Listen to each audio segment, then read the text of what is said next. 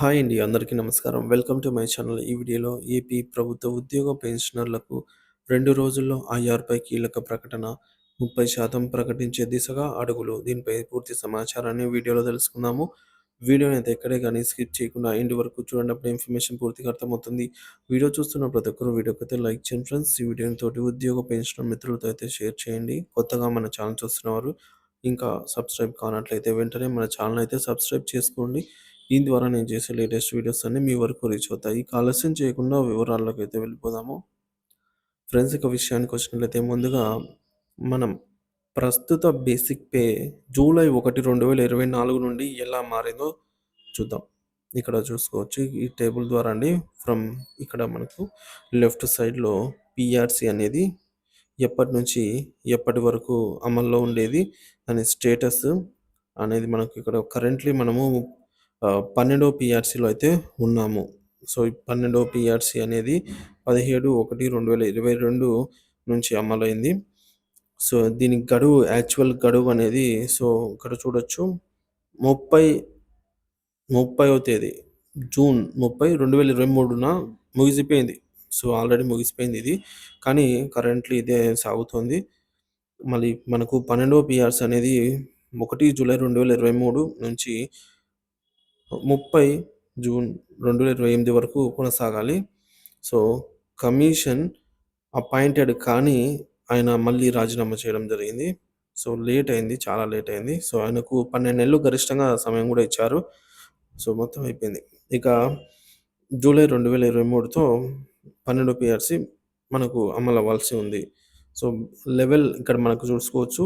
Level 5, level 4. Level 5లో 24,500, level 4లో రూ. 23,780 అయితే basic పేగా ఉండబోతున్నాయి. ఇప్పుడు మనము సో, ఇక్కడ లెవెల్ 5లో 24,500 అలాగే లెవెల్ 4లో రూ. 23,780 క్రమంగా ఉంటాయి. ఇప్పుడు ఐఆర్ అనేది మనకు ఈ బేసిక్ పే శాతం బేసిక్ పేపై పర్సెంటేజ్ ఆధారంగా ఇస్తారు. కానీ అది నెట్ సాలరీ మీద కాదు. సో, బేసిక్ పే మీదనే ఇస్తారు ఐఆర్‌ను. మన బేసిక్ పేపై ఆధారపడైతే ఉంటుందన్నమాట. ఎంత పెరుగుతుందనేది. మన బేసిక్ పే లెవెల్ బట్టి ఐఆర్ అనేది పెరుగుదల ఉంటుంది. మనం పర్సెంటేజ్ అనేది మన బేసిక్ పే లెక్కగట్టి ఆ మొత్తాన్ని మనకు యాడ్ చేస్తారు.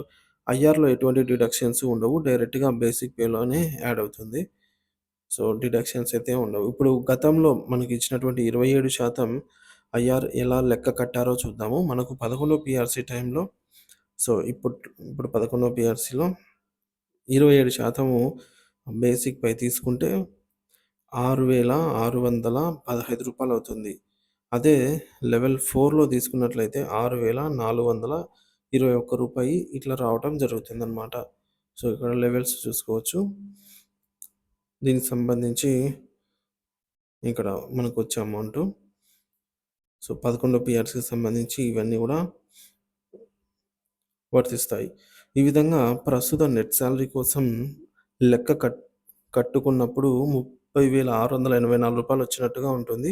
ఈ విధంగా రిమైనింగ్ స్టాఫ్ లేదా ఇతర పీఎస్ ఉద్యోగుల సాలరీలు కూడా ఈ ప్రాతిపదికన లెక్క కట్టవచ్చు.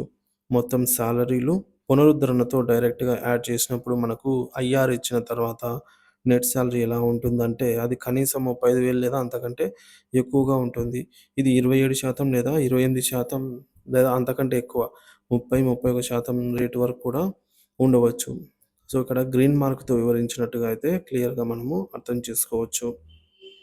ఇవన్నీ కూడా. ఇక మొత్తానికి ఐఆర్ ఇచ్చినప్పుడు మనకు కనీసం రూ. 35,000 లేదా అంతకు మించి సాలరీ అయితే రావటం ఖాయమండి. బేసిక్ అనేది ఈ విధంగా ఉన్నవారికి.